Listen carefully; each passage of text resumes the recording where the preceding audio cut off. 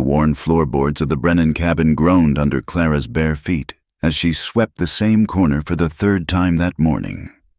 Outside, the Kansas wind rattled the loose shutters, a sound she'd grown accustomed to over her 23 years. The broom's bristles were nearly gone, much like everything else in this place, worn down to nothing, barely holding together. "Clara!" Her father's voice boomed from the front room, thick with last night's whiskey. "Get in here, girl!" She set the broom against the wall with practiced care and smoothed her patched calico dress. Thomas Brennan sat slouched in his chair, an empty bottle at his feet and cards scattered across the table. The acrid smell of tobacco and stale liquor hung heavy in the air. "Yes, Pa? That McCarty fellow's coming by this afternoon." He didn't look at her, just studied his hands as if they held answers to questions he'd never ask. "You make yourself presentable." Clara's stomach tightened. "Not again." "Pa, you said last time." "I said nothing that matters now." His bloodshot eyes finally met hers, cold and calculating. "Man's willing to take you off my hands. Maybe forgive some of what I owe him from last week's game." "But Mr.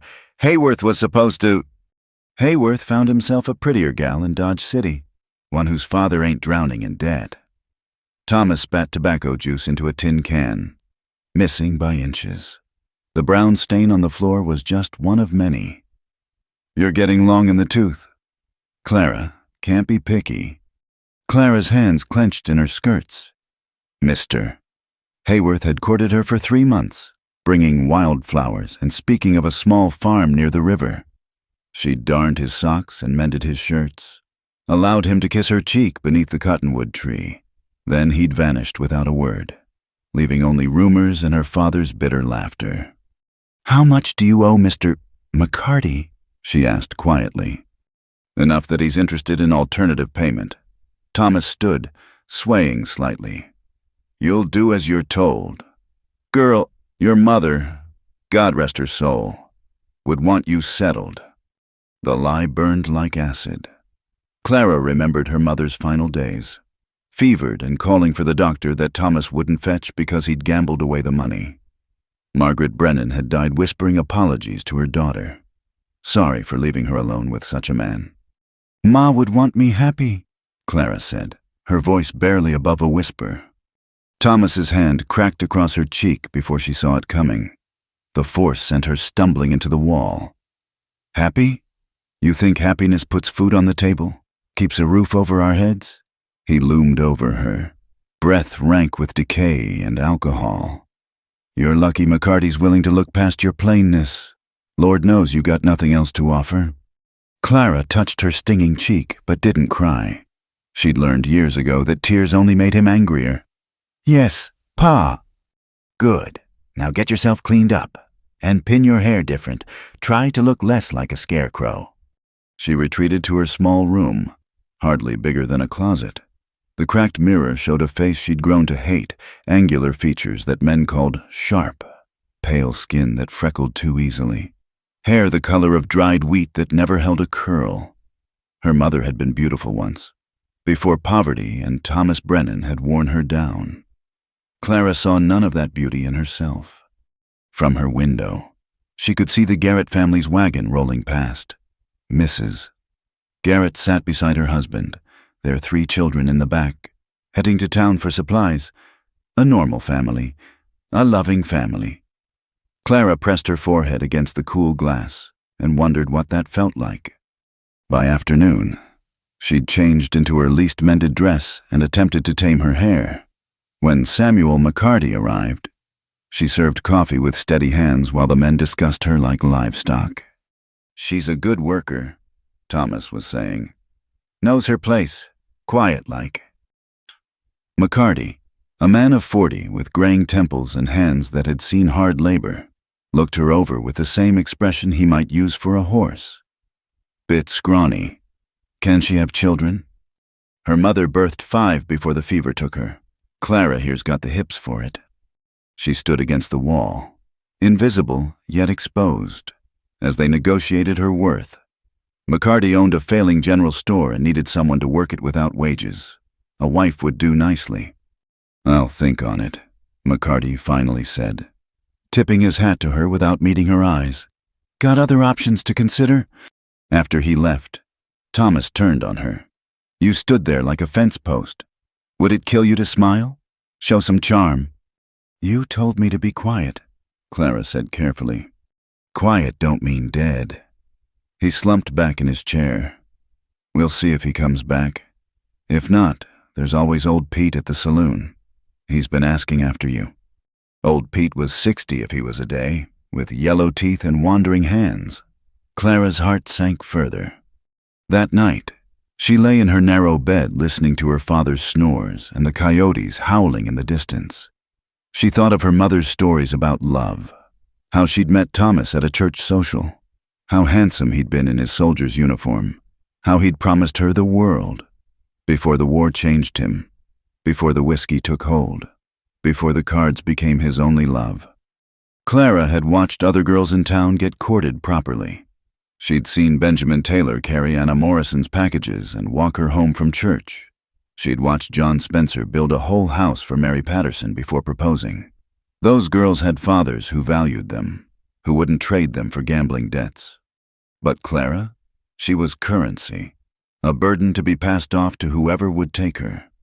The next morning brought Walter Hayworth to town with his new bride, a petite blonde who laughed like bells and wore a dress that hadn't seen a single patch. Clara watched from behind the church after services, saw how he helped his wife into the wagon, how he looked at her like she held the sun itself. He'd looked at Clara once, for a fleeting moment, before he'd calculated her worth and found it wanting. "Don't know why you torture yourself," Martha Coleman said, coming up beside her. Martha was the pastor's daughter, kind enough but naive about the world's cruelties. "There'll be other men." "Other men like McCarty or old Pete?" Clara couldn't keep the bitterness from her voice. Martha flushed. "I'm sure God has a plan." "God's plan seems to involve me being bartered like a sack of flour." Clara turned away. "Forgive me. I shouldn't speak so." But that night, McCarty returned. This time he brought a dollar store ring and a proposition. Thomas, deep in his cups and deeper in debt, accepted on her behalf. "Congratulations, daughter," he slurred. "You're engaged. Wedding's next month." Clara looked at McCarty's weathered face, his calculating eyes, and felt nothing. No joy, no despair, just empty. "Thank you," she said, "because what else was there?" McCarty nodded curtly. "You'll move your things to the store after the ceremony. Plenty of work needs doing." After he left, Clara stood on the porch watching the stars. Somewhere out there, perhaps, were women who married for love, women whose fathers protected them instead of selling them, women who were treasured. But not here, not her. "I have never known love," she whispered to the vast Kansas sky. The wind carried her words away into nothing, just like everything else in her life. The next few weeks passed in preparation. Clara sewed her wedding dress from flour sacks, bleached white as she could manage. The women in town offered tight smiles and pitying looks. Everyone knew Thomas Brennan's debts. Everyone knew why Samuel McCarty had suddenly decided he needed a wife. "You're fortunate, Mrs." Henderson told her while fitting the dress. "Many girls your age are already spinsters. McCarty's a decent man, works hard, doesn't drink much." Clara nodded, letting them convince themselves this was a blessing. But at night, she dreamed of somewhere else, somewhere far from Kansas, from debts and loveless arrangements, somewhere she might be more than a burden to be bartered. The week before the wedding, she made her decision. She would go west. She'd heard talk of wagon trains heading to California, Oregon, anywhere but here. She could work, cook, clean, tend children. Anything was better than becoming Samuel McCarty's unpaid laborer, bearing children for a man who looked at her like livestock. She had no illusions about finding love. That dream had died with every man who'd passed her over for prettier, wealthier girls. But maybe she could find peace. Maybe she could find a place where being unloved didn't define her worth. Under cover of darkness, she began to prepare. Come morning, Clara Brennan would disappear into the vast American frontier, carrying nothing but her mother's Bible and the certainty that whatever lay ahead couldn't be worse than what she left behind. She was wrong about many things, but she was right about one. Her life was about to change in ways she never imagined. The wagon train stretched like a dusty serpent across the prairie. 23 wagons strong and heading west toward promises none of them could guarantee. Clara had joined them in Independence, Missouri, offering her services in exchange for passage. The wagon master, a gruff man named Josiah Mills, had looked her over with skeptical eyes before nodding toward the Patterson family's wagon. They lost their eldest girl to fever last month.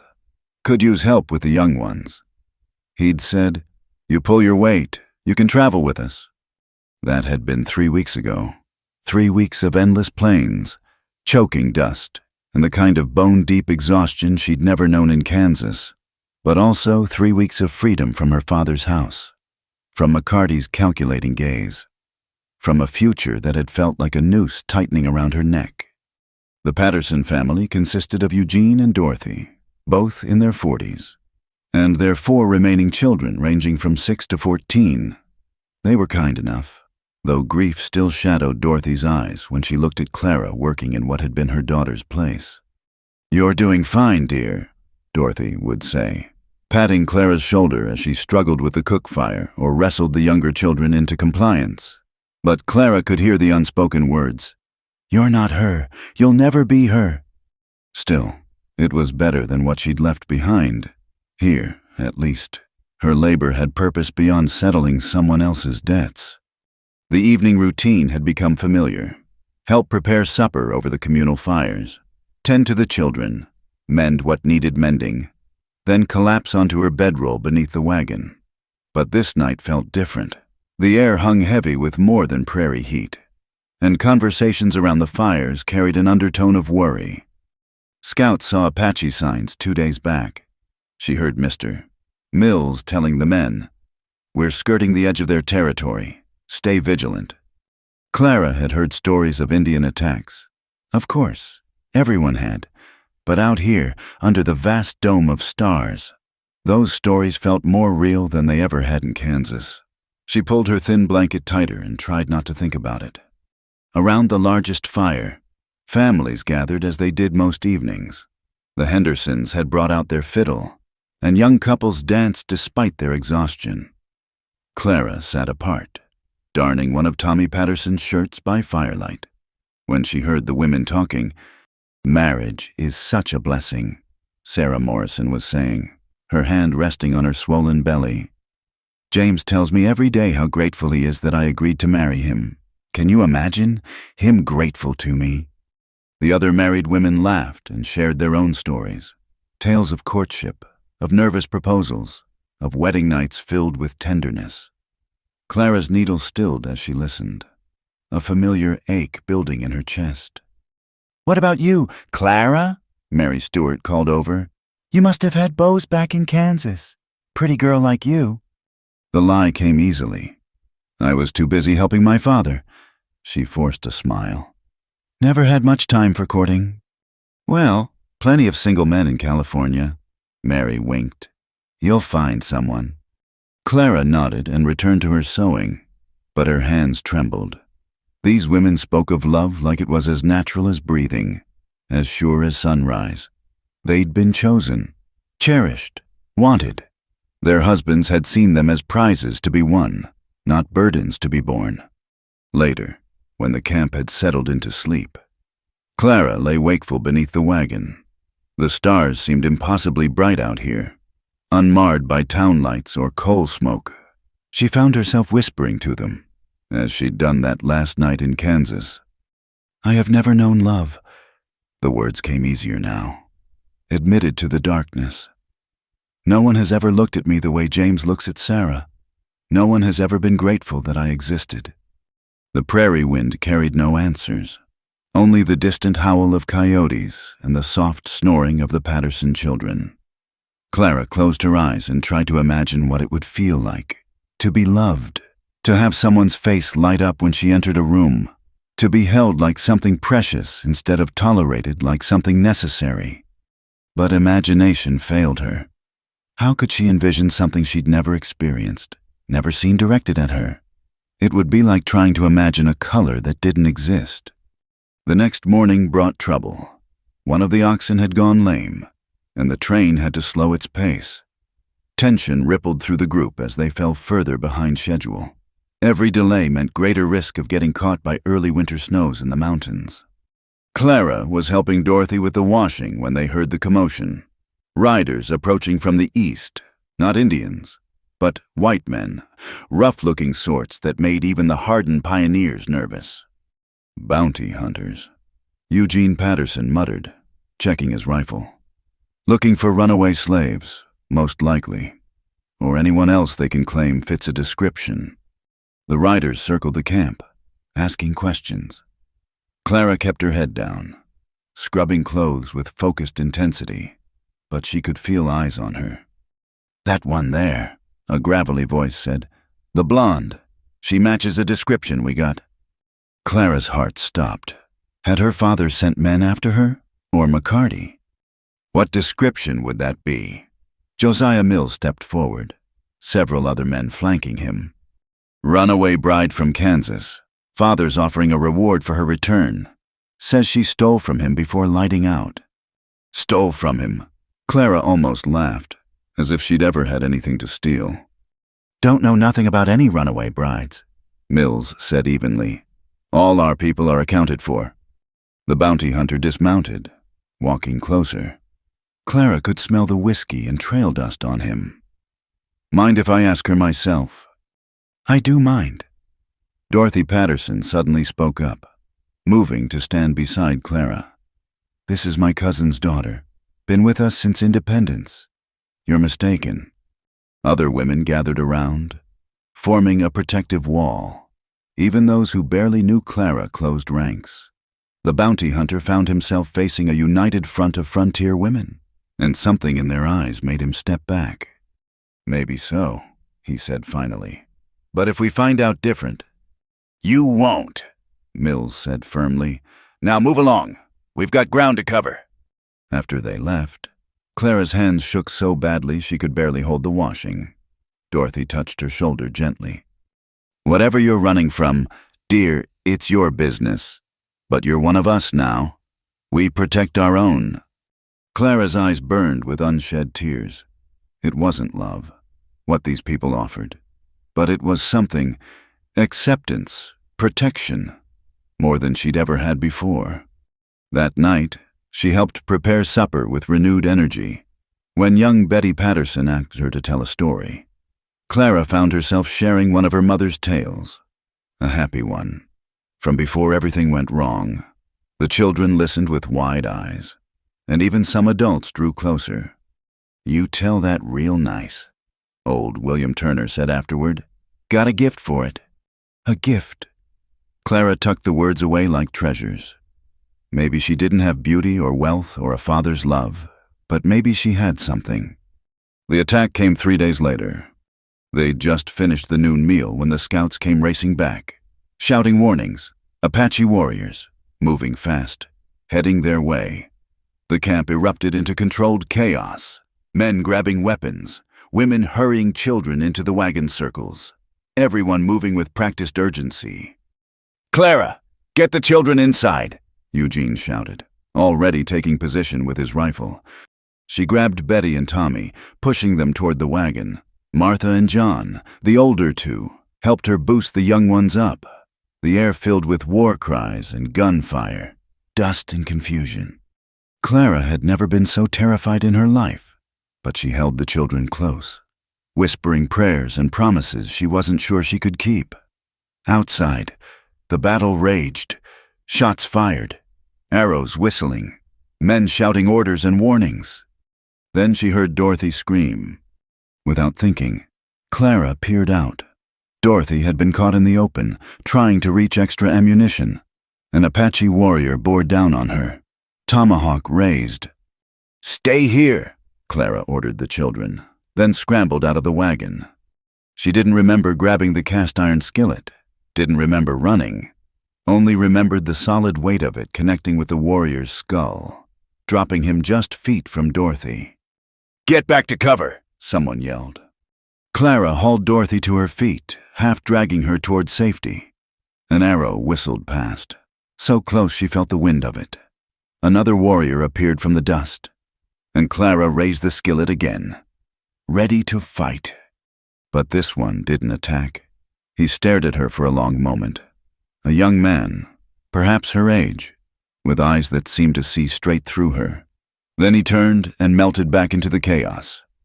The attack ended as suddenly as it began. The Apache retreated, leaving behind fallen on both sides. The pioneers had held, but at a cost. 3 men dead, several wounded, supplies scattered and destroyed. "You saved my life," Dorothy wept, clutching Clara's hands. "You could have stayed safe with the children, but you came for me.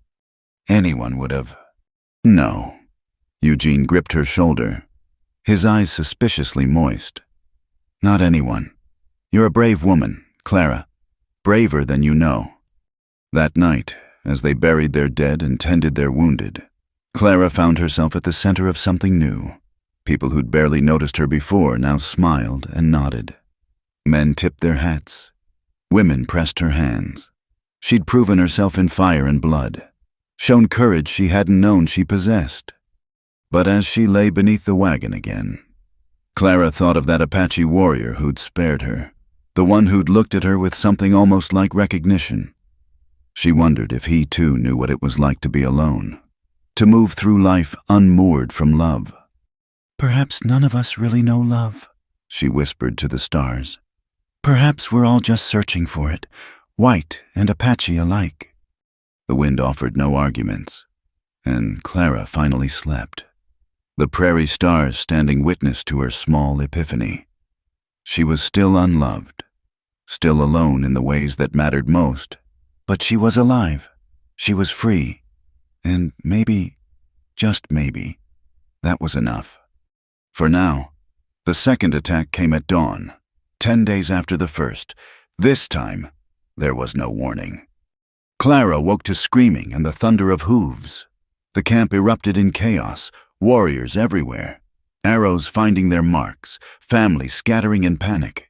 She grabbed Betty and Tommy, pushing them beneath the wagon. "Stay down!" she shouted over the din. Eugene Patterson was already firing from behind a water barrel. Dorothy crouched nearby, reloading for him, but there were too many attackers, coming from all sides. The wagon train's defenses, strong against a frontal assault, crumbled under the coordinated attack. Clara saw James Morrison fall, an arrow in his chest. His pregnant wife Sarah screamed, trying to reach him. A warrior grabbed her, dragging her toward a waiting horse. "The children!" Dorothy gasped, seeing Clara. "Get them out! Run for the ravine!" But there was nowhere to run. Warriors surrounded them, cutting off escape routes. Clara watched in horror as families were torn apart, wagons set ablaze, their carefully ordered world destroyed in minutes. A hand grabbed her shoulder. She spun, raising the knife she'd taken to keeping close, but stopped short. It was the same warrior from before, the young one who'd spared her. His face was painted for war now, but his eyes held the same strange recognition. He said something in Apache, gesturing urgently. When she didn't move, he pointed at the Patterson children, then at himself, making what seemed to be promises of safety. "No," Clara said firmly, stepping between him and the wagon. "No!" An older warrior shouted something sharp. The young man responded, gesturing at Clara. An argument erupted between them, even as the battle raged around them. "Finally!" The younger warrior grabbed Clara's wrist, his grip firm but not painful. She fought him, using the knife, her nails, anything, but he was stronger, and her struggles were hampered by her skirts and exhaustion. He dodged her wild swings, speaking continuously in Apache, his tone almost pleading.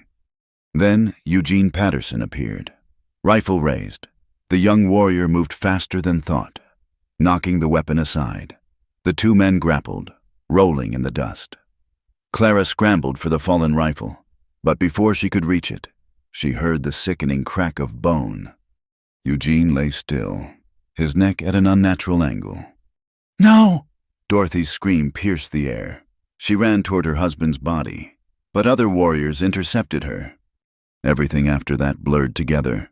The children crying, Dorothy fighting like a wildcat until a blow to the head stopped her. The systematic looting of wagons, the rounding up of survivors, mostly women and children, as few men had survived the assault. Clara found herself herded with the others, hands bound, stumbling across the prairie.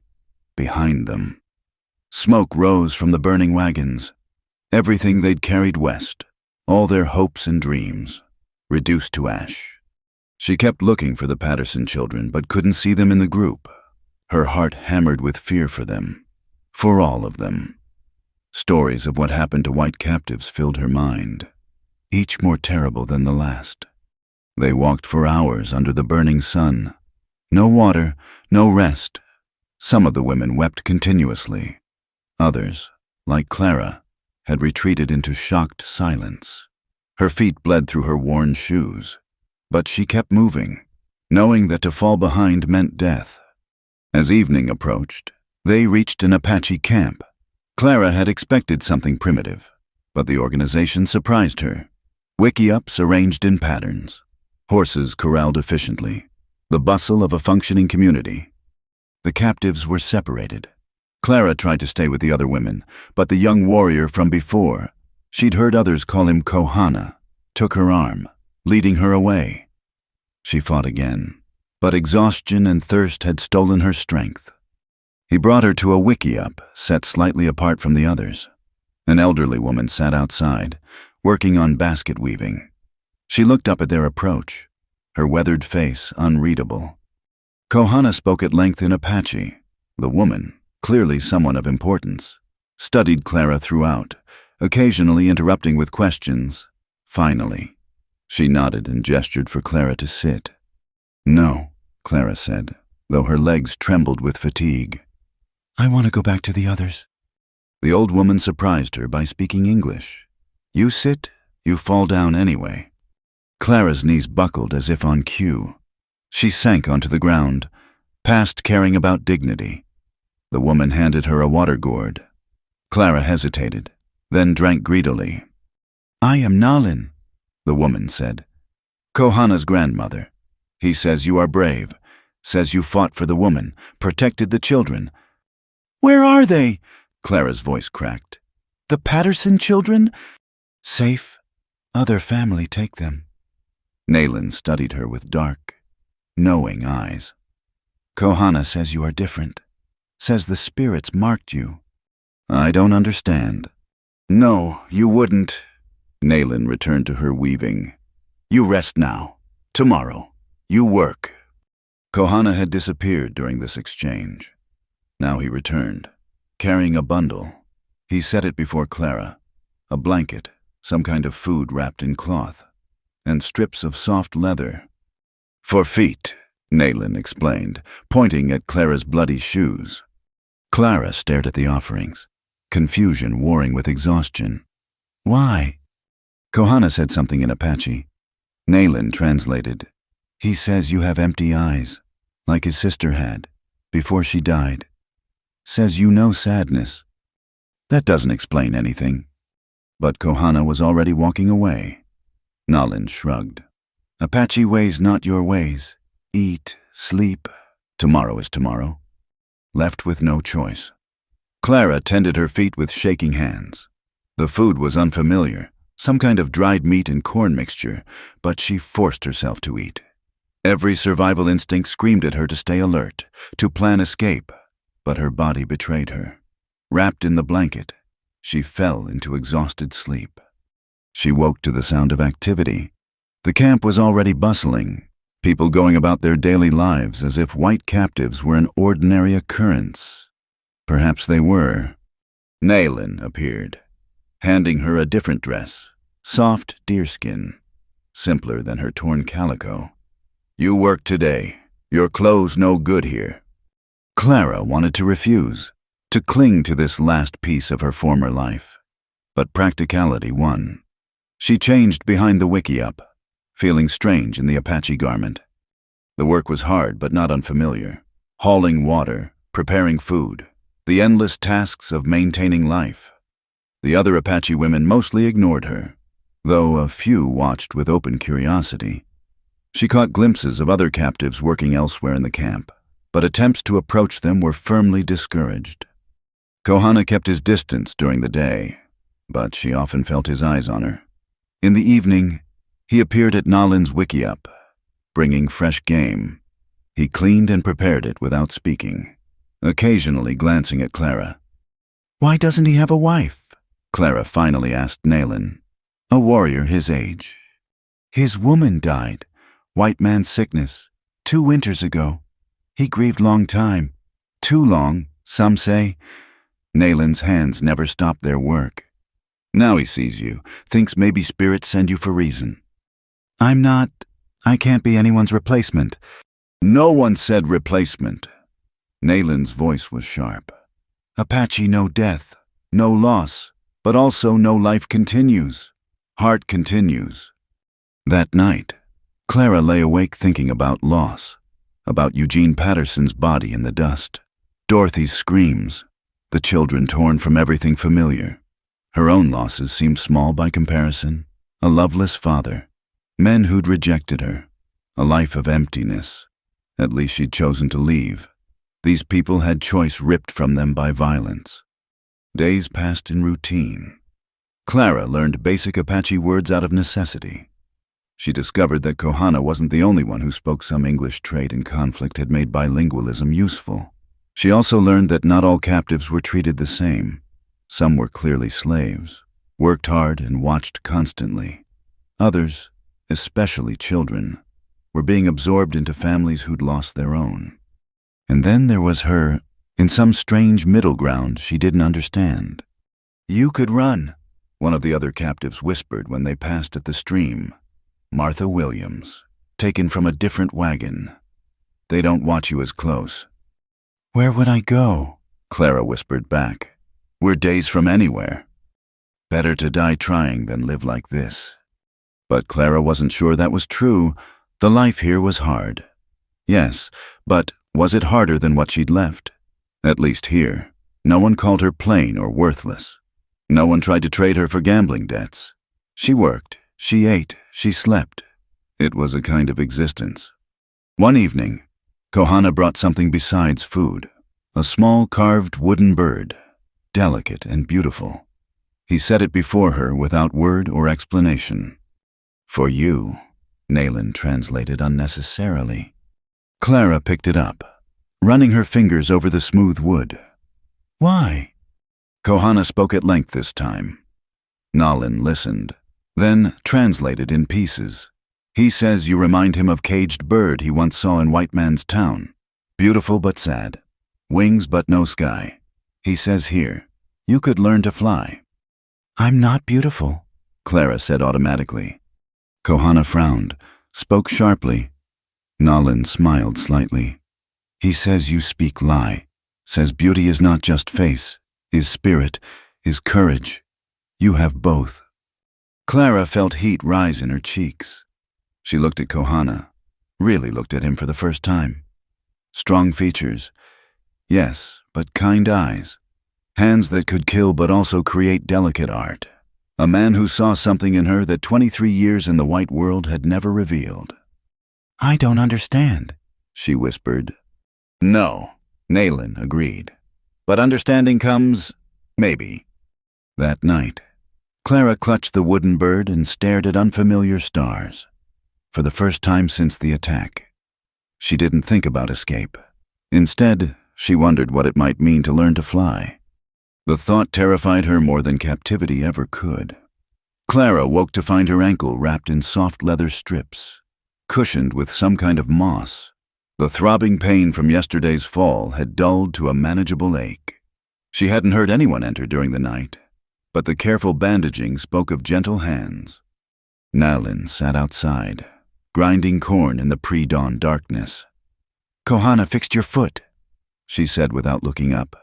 "He knows healing, learned from his mother." "I didn't ask." "No, you never ask. Too proud or too afraid?" Clara couldn't answer that. She tested her weight on the injured ankle, finding it surprisingly stable. The binding was expertly done, allowing movement while providing support.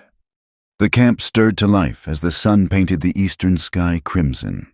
Clara had learned the rhythms by now: women starting fires, children running between wiki-ups, men preparing for hunts or raids. But this morning felt different. There was a tension in the air, conversations held in hushed tones. "War party returns today," Nayland explained, reading Clara's confusion. "Many wounded, much work." As the morning progressed, Clara saw the truth of it. Warriors limped into camp, some supported by companions. Others carried on makeshift litters. The raid hadn't gone well. Women rushed to tend their men. Children watched with wide, frightened eyes. Clara helped where she could, carrying water, tearing cloth for bandages. Her white skin drew hostile looks from some, but the wounded needed care more than they needed to indulge hatred. She worked in silence, trying to be invisible. Then she saw him, Kohana, supporting another warrior whose leg bore a deep gash. Blood soaked through the temporary binding, leaving a trail in the dust. Without thinking, Clara grabbed clean water and cloths, following them to where the wounded were being treated. An older woman, the band's primary healer, was overwhelmed. She barked orders in Apache, gesturing frantically.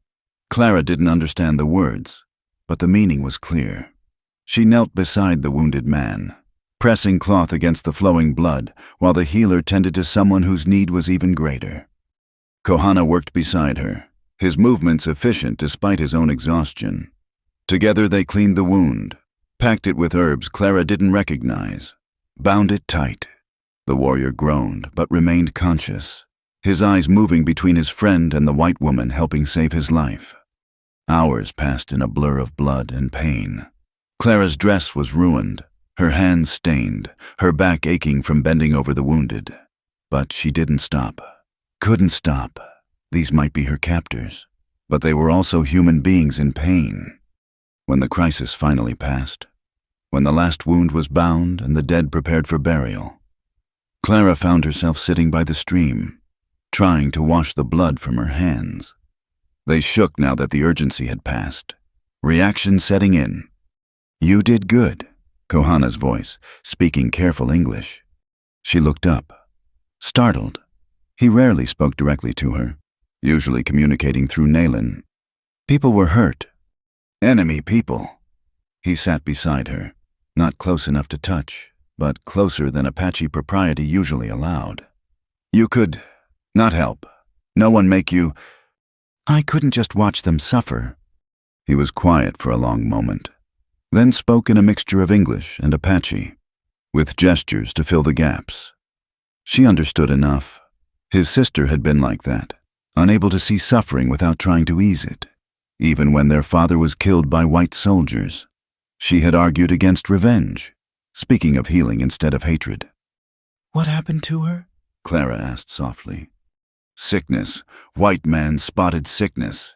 His voice roughened. "I could not save. All healing, all medicine. Not enough." Smallpox. Clara had seen its ravages, knew its merciless progression. "I'm sorry." He looked at her then, really looked at her.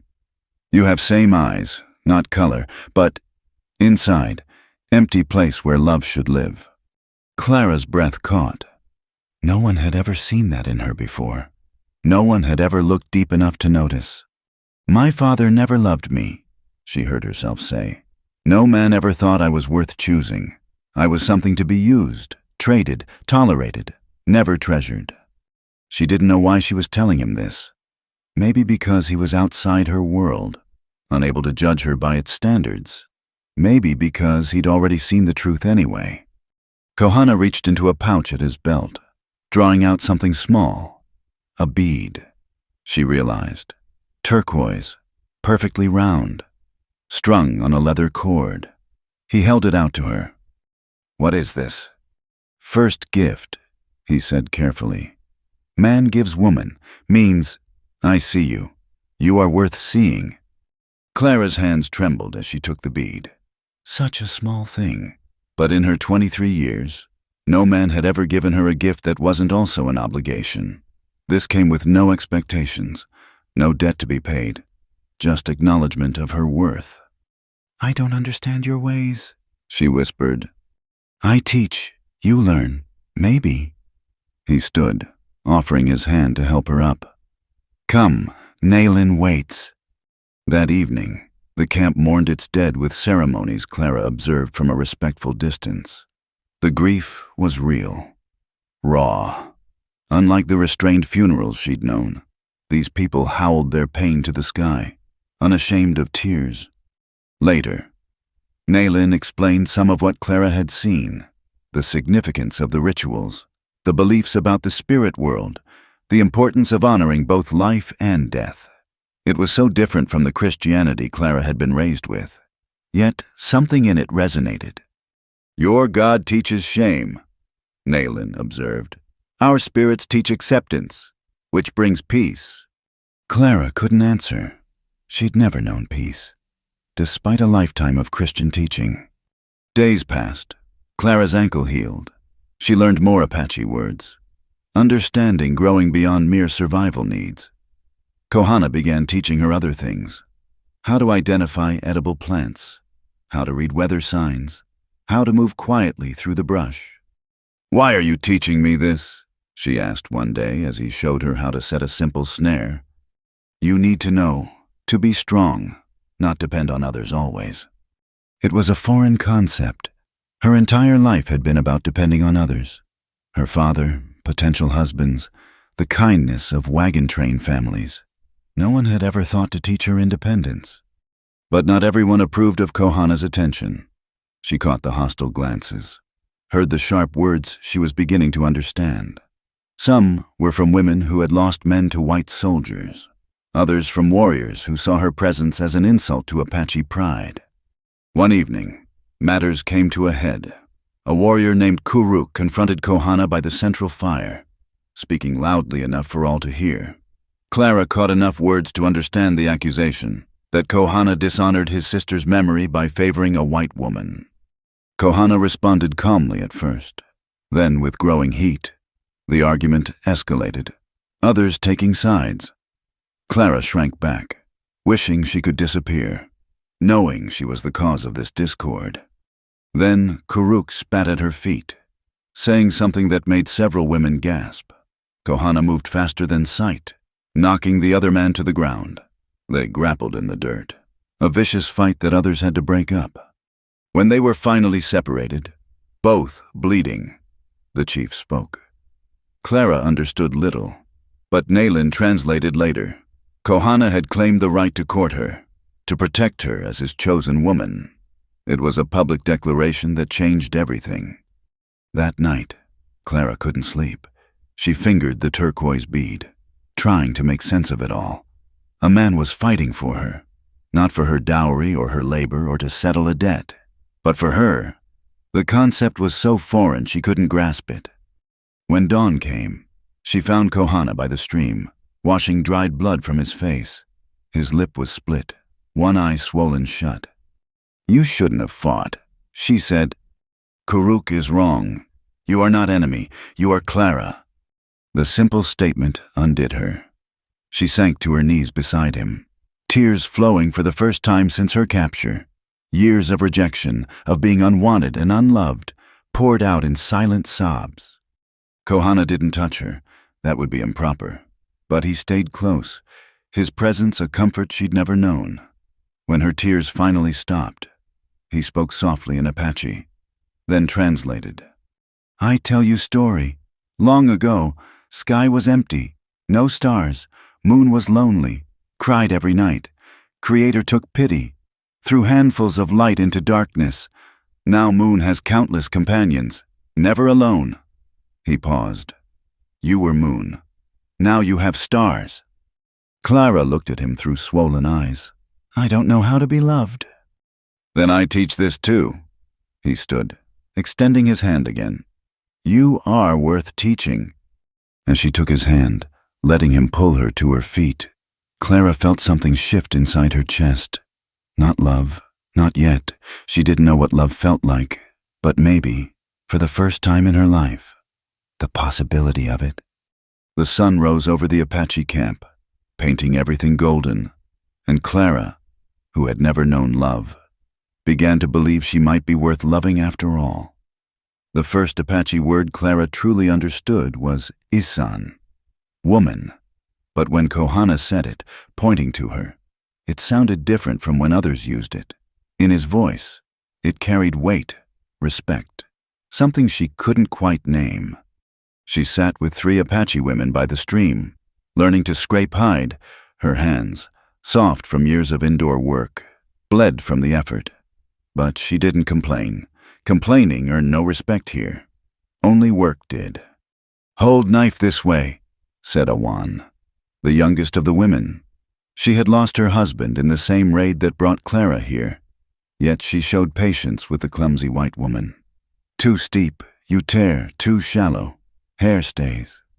Clara adjusted her grip, copying Awan's movements. The work was hard, repetitive, essential. Every hide they prepared meant warmth for winter, trade goods for necessities. Nothing was wasted. You learn quick, said another woman. Naili. It wasn't quite approval, but it was acknowledgement, progress. As the days blended into weeks, Clara found herself settling into rhythms she'd never known. Wake before dawn, tend the fire, haul water, prepare food, work hides or weave baskets or gather plants. Always something to do, but it was different from the endless drudgery of her father's house. Here, work had purpose beyond serving male whims. It sustained life, built community, earned belonging. Kohana maintained careful distance during the days, respecting propriety. But in the evenings, he would appear at Nalin's wickiup with small offerings, a rabbit he'd snared, wild berries, once a handful of piñon nuts. He would sit across the fire from Clara, teaching her words through gestures and patient repetition. Gocha, fire. Tu, water. Sheisan, my woman. The last one he said quietly. When Nalin pretended to doze, Clara's cheeks burned, but she repeated it, testing the strange sounds on her tongue. I'm not yours, she said in English. Not yet, he agreed. But maybe, if you choose. Choose, there was that word again, in her old life. Women didn't choose. They were chosen, or more often, assigned. But here, Kohana waited for her choice, as if it mattered, as if she mattered. One morning, shouts erupted from the edge of camp. Clara looked up from grinding corn to see children running, pointing excitedly at approaching riders. Not a war party. She'd learned to recognize the difference. These were scouts, returning with news. The report spread quickly through camp. White soldiers had been seen 2 days' ride to the east, more than before, building what looked like a permanent fort. The news cast a shadow over the camp. Forts meant more soldiers, more conflict, more death. That night, the men held council. Clara couldn't follow the rapid Apache, but she felt the tension. Some voices rose in anger, calling for preemptive strikes. Others counseled caution, moving camp further from white expansion. Kohana returned late, his face troubled. He sat beside Clara without speaking, staring into the dying fire. What will happen? She finally asked. Change comes, always comes. We fight, we run, we die. Still it comes. He picked up a stick, drawing patterns in the dirt. Some say we should trade you, other captives, make peace with soldier chiefs. Clara's heart lurched, just when she'd begun to feel not safe, exactly, but stable. Will they? Chief says no. You are under protection now, my protection. He looked at her then. But others not happy. Say I put one white woman above good of people. Maybe they're right. The words tasted bitter. Maybe you should. No, his voice was firm. I choose to. Choose you. The next days were tense. Clara felt the weight of stares, heard the muttered comments. Some of the women who'd begun accepting her grew cold again. Only Awan maintained her teaching, though even she seemed troubled. It was while gathering plants with Naylan that Clara finally broke. I'm causing trouble, she said, filling her basket with the roots Nalin had shown her. Kohana is losing respect because of me. Maybe I should...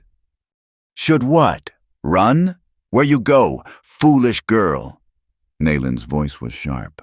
Back to people who not want you? To soldiers who see Apache's woman and shoot first? I don't know. I've never been worth this much trouble before. Nalin stopped walking, turned to face her.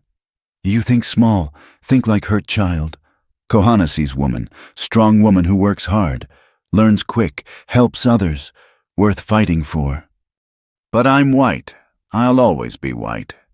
Skin is skin. Heart is what matters. Naylan resumed walking.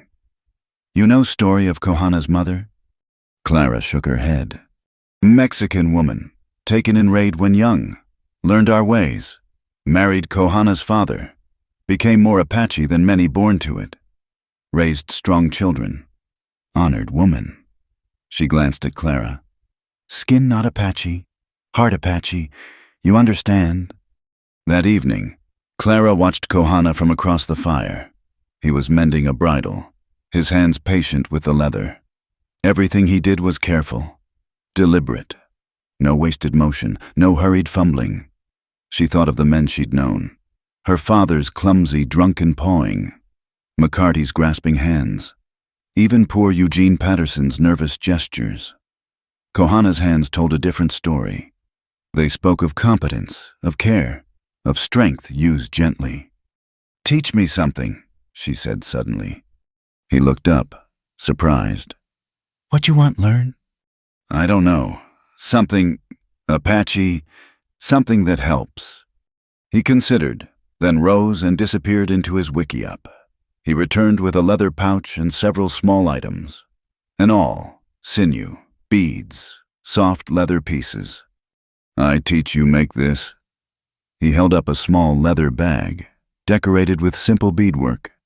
For medicine, for keeping special things. Every Apache needs one. They worked in companionable silence, Kohana guiding her hands when needed. The awl was sharp, the work precise. Clara's first attempts were crooked, but he didn't criticize, just showed her again. My sister made many, he said as they worked. Gave to children, to women who lost theirs, said empty hands need something to hold. What was her name? Ayana means eternal blossom. His voice softened. She would like you. Same gentle heart. Clara's throat tightened. To be compared to someone so clearly loved and mourned. I'm not gentle. I'm just empty. No, not empty. Waiting, like seed in winter ground.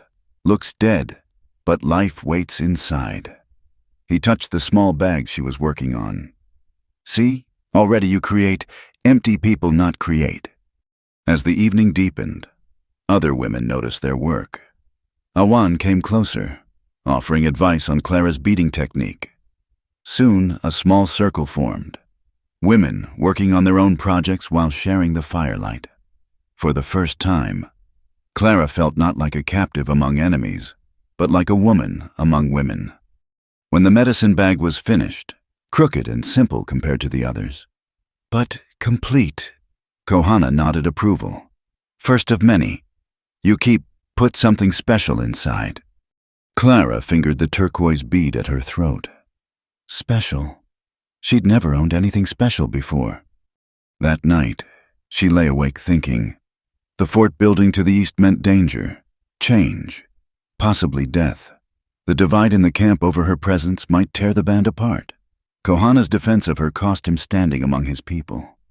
And yet, for the first time in her 23 years, someone thought she was worth defending, worth teaching, worth choosing. The medicine bag lay beside her, tangible proof that she could create something valuable with her own hands. "Shizan," she whispered to the darkness, practicing the unfamiliar sounds. My woman. What would it mean to be someone's woman by choice, not transaction? To belong somewhere not because she was useful or convenient, but because she was wanted? Outside, a coyote howled at the moon. The sound no longer frightened her as it once had. It was just another voice in the night, calling to its kind, looking for connection, looking for home. Clara touched the medicine bag again, then carefully placed the turquoise bead inside. Her first special thing, her first real choice. The leather was soft against her fingers, still warm from the fire and the work of her hands. Tomorrow would bring new challenges. The soldiers, the discord, the uncertain future. But tonight, she had this, a small bag she'd made herself, a bead freely given, and the novel sensation of being worth teaching. It wasn't love yet. She still didn't know what love felt like, but it was something. A seed in winter ground, waiting for the right moment to grow. The news arrived with a dust-covered scout, his horse lathered with sweat from hard riding. Clara didn't need to understand every word to grasp the urgency. Soldiers were coming. Not just a patrol, but a full column, heading directly for their camp. The reaction was immediate. Women began packing essentials while men prepared weapons and horses. Children, sensing the adults' fear, clung to their mothers. Clara found herself swept into the organized chaos, helping Nalin pack dried meat and medicine bundles. "Where will we go?" Clara asked. "Mountains, hidden valley, soldiers not find." Nalin's hands never stopped moving. "Maybe?" Kohana appeared, already painted for war. The gentle teacher of evening lessons was gone, replaced by a warrior ready to defend his people. He spoke quickly to Nalin in Apache, then turned to Clara. "You ride with grandmother. Stay close. If fighting starts..." "I know. Hide." Clara had learned this much about Apache warfare. Women and children were to be protected, hidden, kept from capture at all costs. But Kohana shook his head. "No. If soldiers come for you, go with them." "What?" "They not hurt white woman. You be safe." "I don't want..." Clara began, but he was already moving away, organizing the retreat. The band moved out as the sun reached its peak, a long line of horses, travois, and people on foot. Clara rode behind Nalin on a steady mare, her few possessions, including the medicine bag, tied in a bundle, around them, the organized flight of a people too familiar with being hunted. They'd traveled for hours when the first shots rang out. The soldiers had caught up faster than expected. Warriors wheeled their horses, racing back to hold the line while the vulnerable continued fleeing. "Keep going!" someone shouted in Apache. But chaos erupted. Some horses panicked. A travois overturned, spilling precious supplies. Children screamed. And through the dust and confusion, Clara saw blue uniforms cresting a ridge. "There! White women there!" The English words carried clearly. A group of soldiers spurred toward them, specifically toward the captives. Clara realized with cold certainty they'd been tracked. Someone had reported the wagon train massacre, the taking of white women. This wasn't random patrol, it was a rescue mission. Kohana appeared from nowhere, his horse sliding between Clara and the approaching soldiers. He had his bow drawn but hadn't fired. Other warriors flanked him, creating a barrier. "Stand down!" A soldier, a lieutenant by his insignia, shouted. "We're here for the white captives. Release them and we'll withdraw." Clara understood the Apache response without translation. Defiant refusal. These weren't just captives anymore. Some, like the Patterson children, had been adopted into families. Others had integrated in different ways. And her, what was she? "Ma'am," the lieutenant called past the warriors. "Miss, we're here to rescue you. Come with us and you'll be safe." Safe? The word echoed strangely. Safe from what? From people who'd taught her skills? From Kohana, who saw worth in her? To return to what, a world that had never wanted her? But before she could respond, Kuruk, the warrior who'd challenged Kohana before, made a decisive move. He grabbed Clara's horse's bridle, yanking her away from Nulin. His words were harsh, angry. She caught enough to understand. He was tired of risking Apache lives for white women. "Take her," he shouted in broken English to the soldiers. "Take all. We not die for them." The betrayal split the Apache ranks. Some agreed with Kuruk. Others moved to stop him. In the confusion, soldiers pressed forward. Kohana's horse reared as he tried to reach Clara, but other warriors, his own people, blocked him. "No," Clara found her voice. "I don't want to go." But her words were lost in the chaos. A soldier grabbed her horse's reins. Others surrounded the captives, forming protective circles. She saw Martha Williams being pulled onto a soldier's horse, saw children being pried from Apache women's arms. "Please," Clara appealed to the lieutenant. "I want to stay." He looked at her with a mixture of pity and disgust. "Ma'am, you're clearly suffering from captivity syndrome. Don't worry, you'll be safe now." "You don't understand." But Kohana understood. She saw it in his eyes as warriors held him back. Apache warriors, choosing their people's safety over his heart. He fought them, calling her name. But there were too many. The last thing Clara saw as soldiers led her away was Kohana breaking free, only to be brought down by his own cousins, not to hurt him, but to save him from a suicidal charge against armed soldiers. The ride to the fort was a blur of tears and protests. The soldiers treated her gently, as one might handle fragile glass. They offered water, food, even a jacket to cover her Apache dress. Their kindness felt like violence. "You're safe now." The Lieutenant Morrison, kept saying, "The savages won't hurt you anymore." "They didn't hurt me," Clara said for the dozenth time. "They were teaching me—" "That's what they do," another soldier interrupted. "Break white women down. Make them think they're better off with Indians. Don't worry, miss. Few weeks back in civilization, you'll forget all about it." Fort Defiance was smaller than Clara expected, but bristling with military efficiency.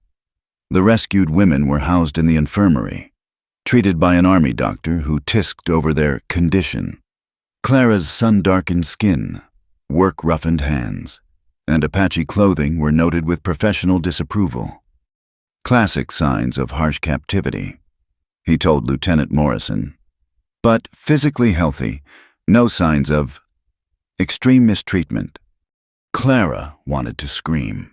The only mistreatment she felt was happening now, as they took her Apache dress and gave her a coarse cotton shift, as they questioned her about her ordeal and refused to hear her true answers. Martha Williams, in the next bed, had no such conflicts. "Thank God," she wept. "Thank God you found us. It was horrible, horrible." But Clara noticed how Martha clutched a small Apache doll, noticed the careful beadwork on the moccasins she'd tried to hide. Not everyone was honest about their experiences. Days passed in frustrating sameness. The fort commander, Colonel Bright, interviewed each woman about their captivity. Clara told the truth about Kohana's kindness, about learning Apache ways, about wanting to return. His response was patronizing dismissal. "You've been through trauma, Miss Brennan.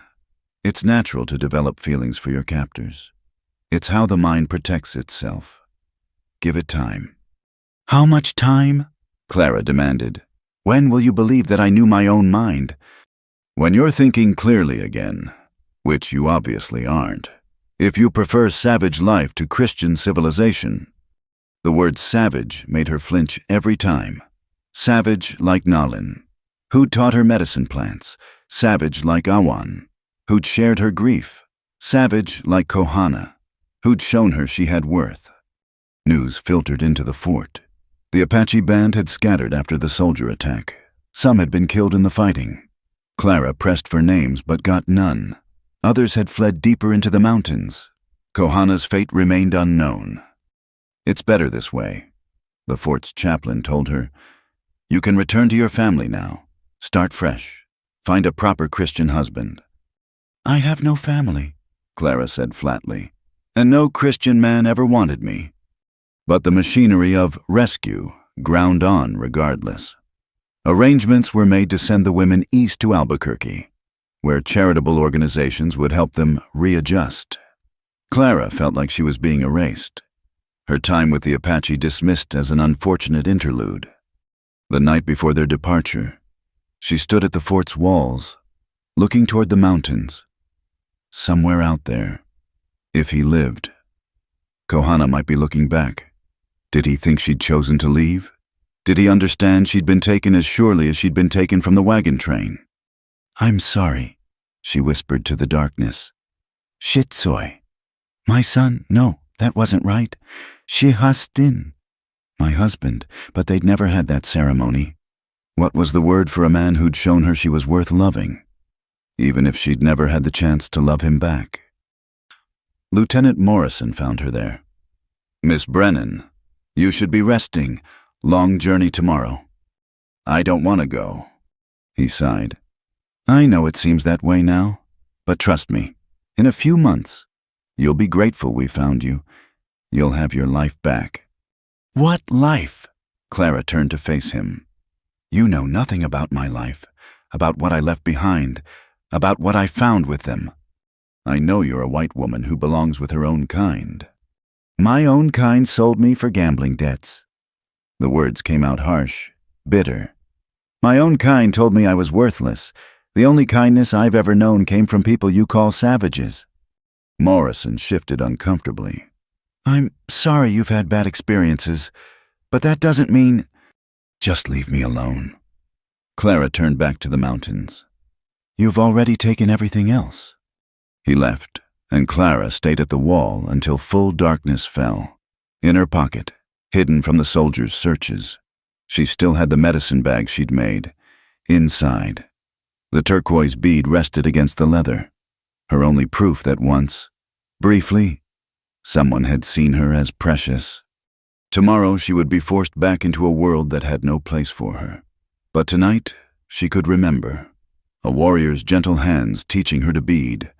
An old woman's patient instruction. The Apache word for worthy applied to her for the first time in her life. "I have known love," she whispered, revising her old lament. "Just once, just briefly, but I have known it." The stars offered no comfort, but she didn't need them to. The knowledge was enough, that somewhere in the vast frontier, a man had fought to keep her, had seen her truly, had offered her a different life. Even if she never found it again, she would always have that. They could take her from the Apache, but they couldn't take the Apache from her heart. The attack came under a blood moon, 3 months after Clara's forced return to Fort Defiance. She'd been moved to quarters with other rescued women, awaiting transport east that kept being delayed by Apache raids on supply routes. The irony wasn't lost on her. The very people she longed to return to were keeping her here. She woke to gunfire and war cries, the fort's bells clanging alarm. Through her small window, she saw figures scaling walls, overwhelming sentries. Not a raid for horses or supplies. This was something bigger. "Get to the chapel," Mrs. Hartley, the matron assigned to watch the women, herded them toward supposed safety. But Clara held back, her heart pounding with impossible hope. The attack was coordinated, hitting multiple points simultaneously. Warriors poured through breached defenses while others kept soldiers pinned with arrow fire.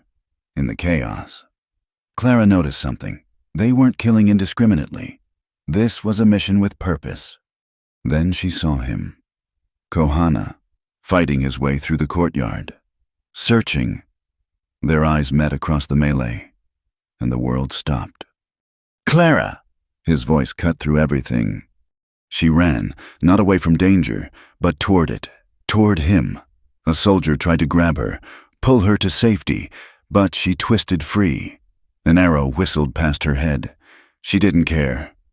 Kohana met her halfway, catching her as her legs nearly gave out. "You came," she gasped. "You came for me." "Always come," he said fiercely. You are mine. I am yours. But their reunion was cut short. Soldiers were regrouping, forming defensive lines. Other warriors called urgently in Apache. They had to go. Now. Can you ride? Kohana asked. Yes. He whistled sharply.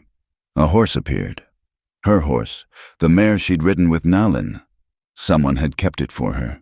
The simple thoughtfulness of it made her eyes burn. Stop her! Lieutenant Morrison's voice rang out. She's being taken again. No! Clara shouted back, already mounting. I'm choosing! Kohana swung up behind her, his arm secure around her waist. Around them, warriors provided cover as they raced for the broken gate. Gunfire erupted. Deadly close. She felt Kohana jerk, heard his sharp intake of breath. Are you... Ride, he commanded. They burst through the fort's perimeter into the desert night. Other riders flanked them. She recognized some faces in the moonlight. Awan was there, fierce determination on her face. They'd come for other captives too, she realized. Not conquest, but rescue. Miles fell behind them before they slowed. Only then did Clara feel the wetness soaking through her back. Blood. Kohana's blood. You're hurt. Not bad, he said, but his voice was strained. They stopped at a predetermined gathering point, a box canyon with water and cover. Nalin was there with medicine supplies, as if she'd known they'd be needed. Her weathered face cracked into the first smile Clara had ever seen from her. Stubborn girl. Took you long enough to come home. Home. The word broke something inside Clara. She helped Kohana down, saw the bullet furrow across his ribs. Not fatal, but painful and bleeding freely. Let me, she said, reaching for the medicine supplies. Her hands remembered Nalin's teachings as she cleaned and packed the wound. Kohana watched her work, his eyes soft despite the pain. You kept the knowledge, he observed. I kept everything. She touched the medicine bag still at her throat, hidden beneath the fort's issued clothing. I never stopped being who you taught me to be. Others filtered in, warriors reporting success, families reuniting. Not all the captives had chosen to come. Martha Williams had screamed for soldiers to save her. But the Patterson children were there, clinging to their adopted Apache mother. Choice. It all came down to choice. As dawn approached, they prepared to move deeper into the mountains. The fort would send pursuit, but the Apache knew paths soldiers couldn't follow. Still, it meant a hard life ahead, constant movement, scarce resources, always watching for attack. You understand? Kohana asked as she helped him mount. This life, not easy, always running, always danger. Not what white women expect. White women expect to be sold to pay debts, Clara said firmly. White women expect to be property. I choose freedom. I choose you. He caught her hand.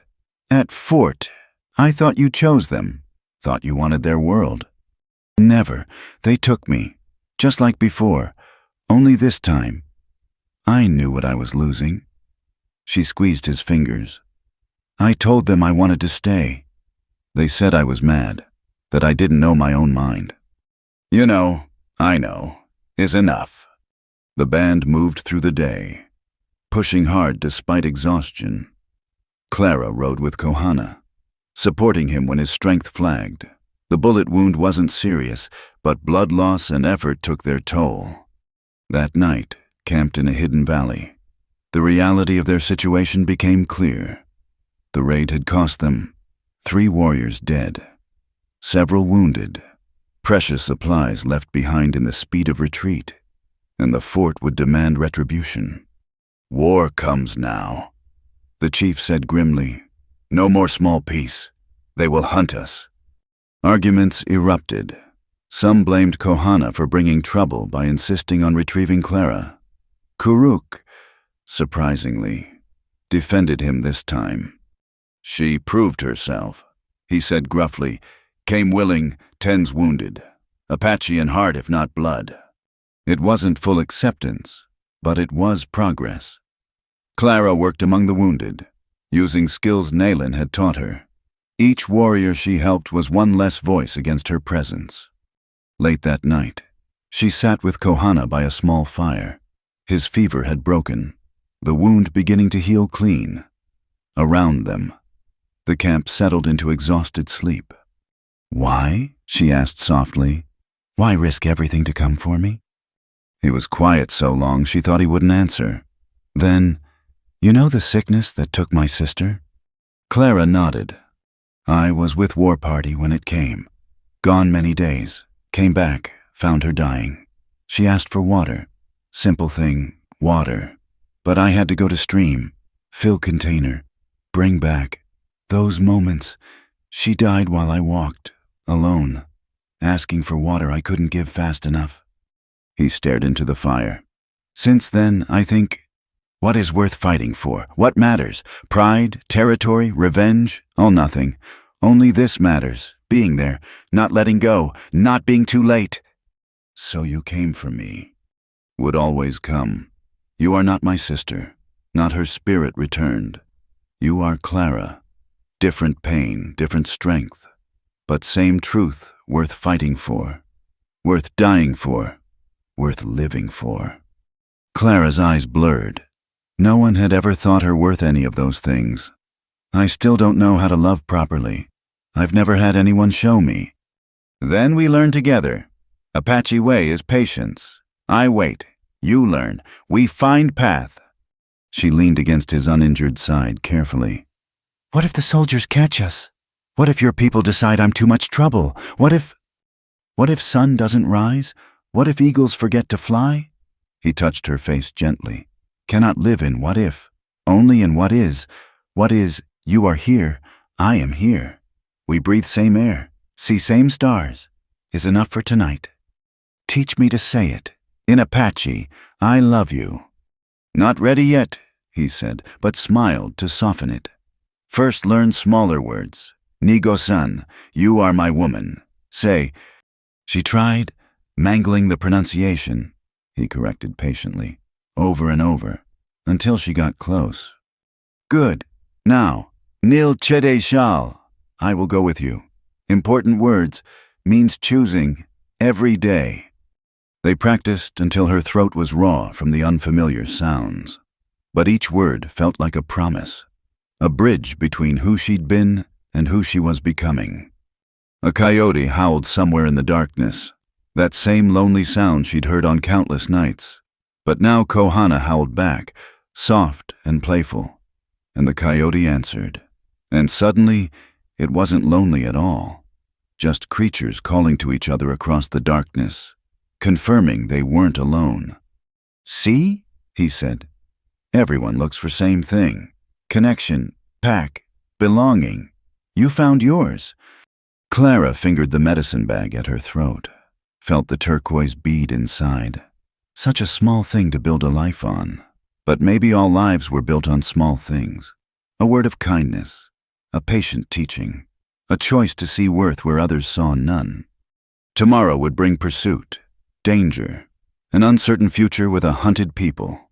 But tonight, she sat under familiar stars with a man who'd bled for her freedom, learning words of love in a language that had no word for worthless. "Nigo-san," she whispered again, getting it right this time. "Ah," he confirmed.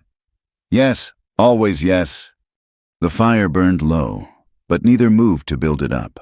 Sometimes darkness was better for truth-telling. Sometimes love needed shadow to grow strong before it faced the light. And in that shadow, Clara, who had never known love, began to understand its shape, not in grand gestures or pretty words, but in patience, in teaching, in the simple act of coming back for someone when the whole world said to let them go. It was enough, more than enough. It was everything. The seasons turned, and with them, Clara's understanding of what home meant. 6 moons had passed since Kohana brought her back from the fort. 6 moons of running, hiding, surviving, but also 6 moons of belonging in ways she'd never imagined possible. The band had settled temporarily in a hidden canyon, far from soldier patrols. Clara knelt by the stream, washing clothes alongside Awan and Nayeli. Her hands, once soft and pale, were now brown and capable. The Apache words came naturally now, flowing between the women like water over stones. "Soldiers were seen 3 days south," Awan said quietly. "Scouts say they search for us still." "They always search," Nayeli replied. "But mountains keep secrets better than white men track them." Clara wrung out a child's shirt, remembering how foreign this work had seemed once. Now it was simply life, the rhythm of survival that bound them all together. She'd proven herself through season after season, no longer the rescued captive, but a functioning member of the band. "Clara!" a child's voice called. Little Shash, whose name meant bear, ran toward her with something clutched in his hand. "Look what I found!" It was an arrowhead, perfectly formed. Clara examined it with proper appreciation. "Very good. You have sharp eyes." The boy beamed and scampered off. A year ago, the children had hidden from her. Now she was simply another aunt, another teacher, another protector in their small world. "He likes you," Awan observed. "All children do. You will make good mother." The words sent an unexpected flutter through Clara's stomach. Mother. It was something she'd never dared imagine for herself. Not in her old life where she was unwanted goods. Not here where each day was uncertain. That evening, Kohana returned from a hunting party, bringing fresh deer. Clara helped with the butchering, their movements coordinated from months of working together. They didn't need words for this anymore. She knew when he'd reach for the skinning knife. He knew when she'd need the scraping tool. "Soldiers are building another fort," he told her later, as they sat by their fire. "Closer. Soon we must move again." "Where will we go?" "West, maybe south. Chief councils with other bands. Maybe join together. Be stronger."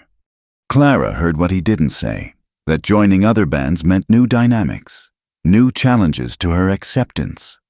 Some Apache groups had never taken white captives, would never understand one choosing to stay. "Are you afraid?" she asked. "Fear is wise sometimes. Keeps us careful."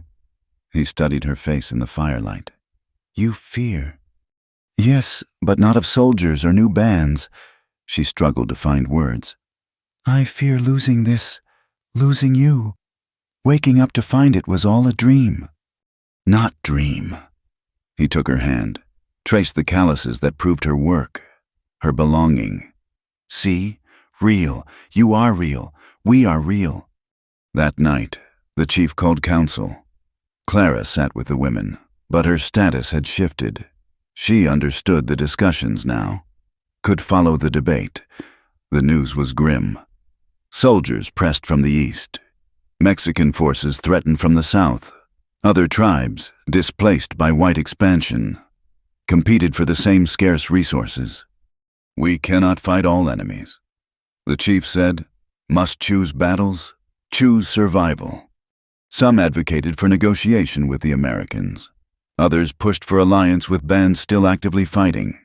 Kohana spoke for moving deeper into the mountains, finding places too harsh for soldiers to follow.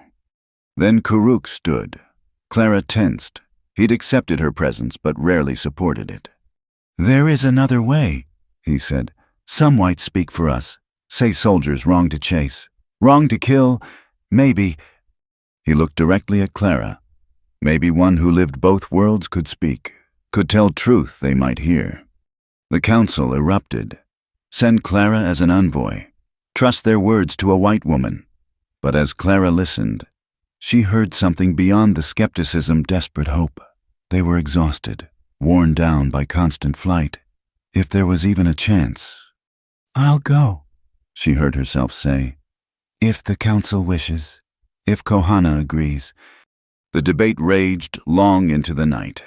Finally, dawn brought decision. Clara would go, accompanied by Kohana and 2 other warriors, to the nearest town. They would attempt to reach sympathetic ears, to argue for the band's right to exist in peace. The town of Willow Springs lay 2 days' ride through hostile territory. Clara dressed carefully for the journey, her Apache clothing covered by a traded white woman's cloak, her sun-darkened skin hidden beneath a bonnet.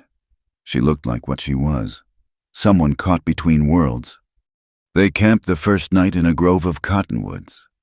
Kohana was quiet, tension radiating from him.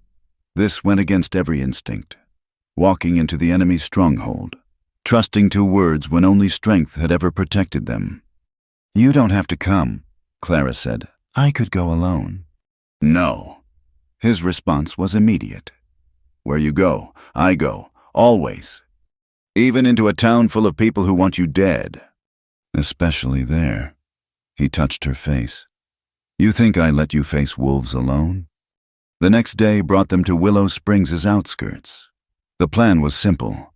Clara would enter first, find the territorial judge known to have some sympathy for Indian rights.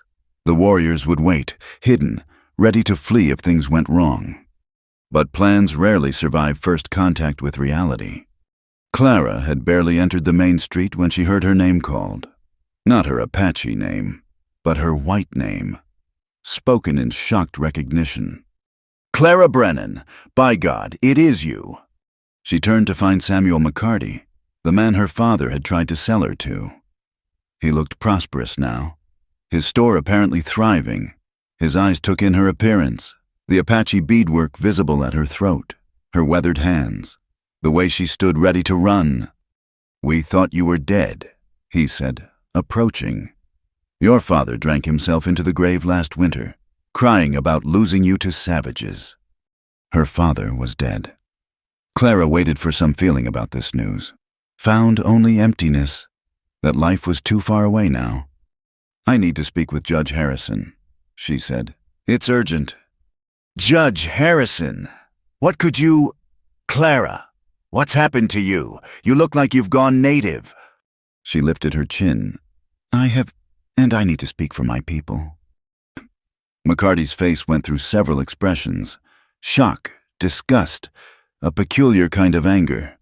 "Your people? Those murdering savages?" "Clara, you're clearly still affected by your ordeal. Come with me. We'll get you proper care." "No." She backed away. "I'm not captive anymore. I chose—" "Chose?" His voice rose.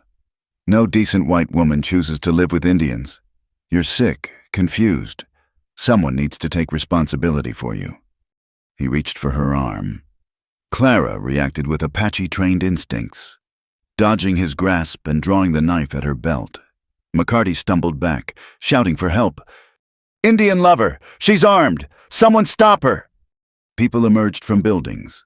Clara saw hands reaching for weapons, heard voices calling for the sheriff. This had gone wrong so fast, so completely. She ran. Behind her, shouts escalated. "Apache spy! Stop her!" Clara fled through twisting alleys, her Apache training serving her well. But this wasn't open country. Streets led to dead ends. Faces appeared in windows. Soon they'd have her boxed in. A hand grabbed her, yanked her into shadow. Kohana, who'd never been far despite the plan.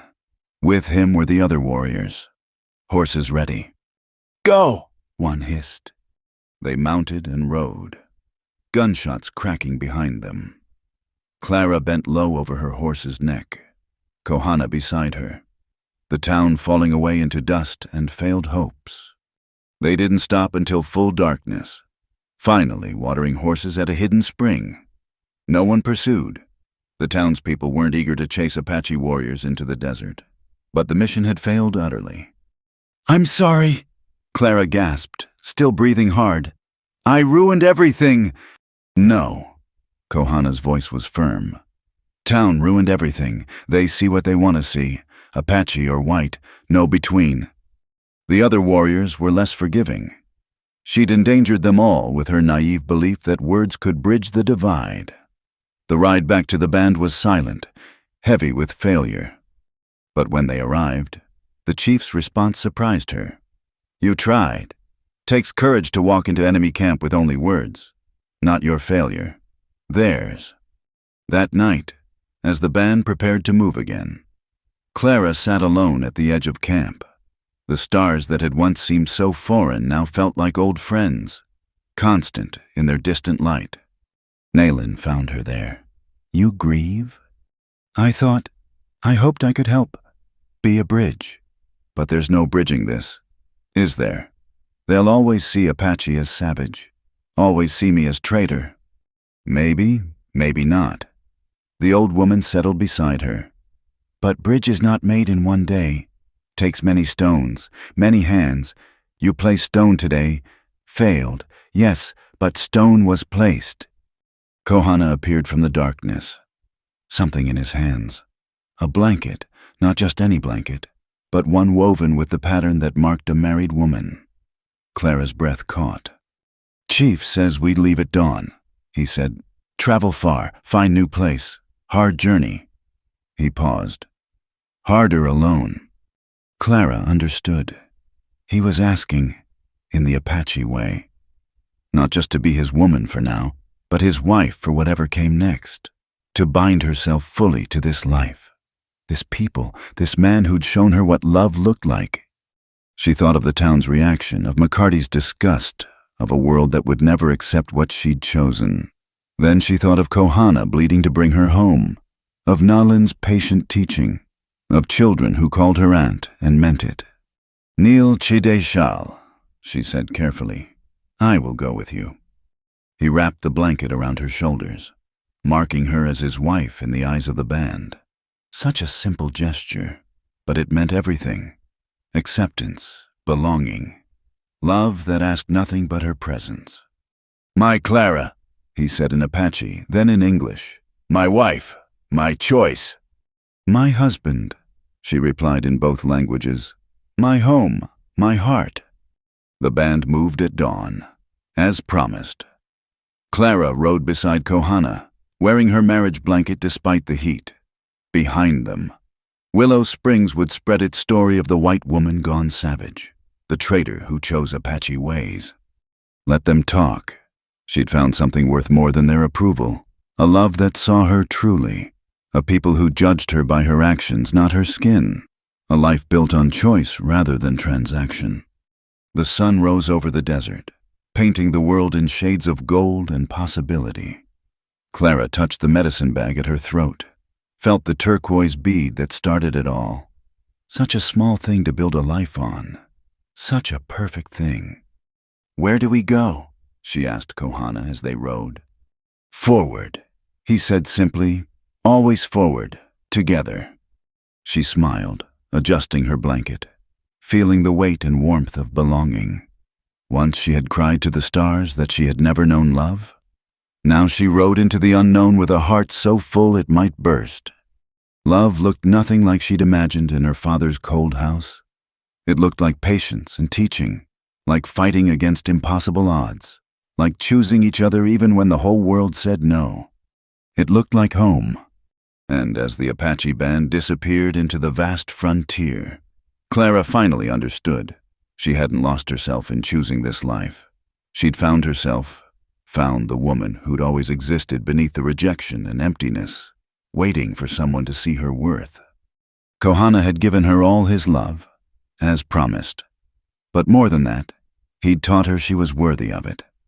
The desert swallowed them, keeping their secrets, protecting their choice, and Clara rode on. No longer the woman who had never known love, but the woman who'd chosen it above all else.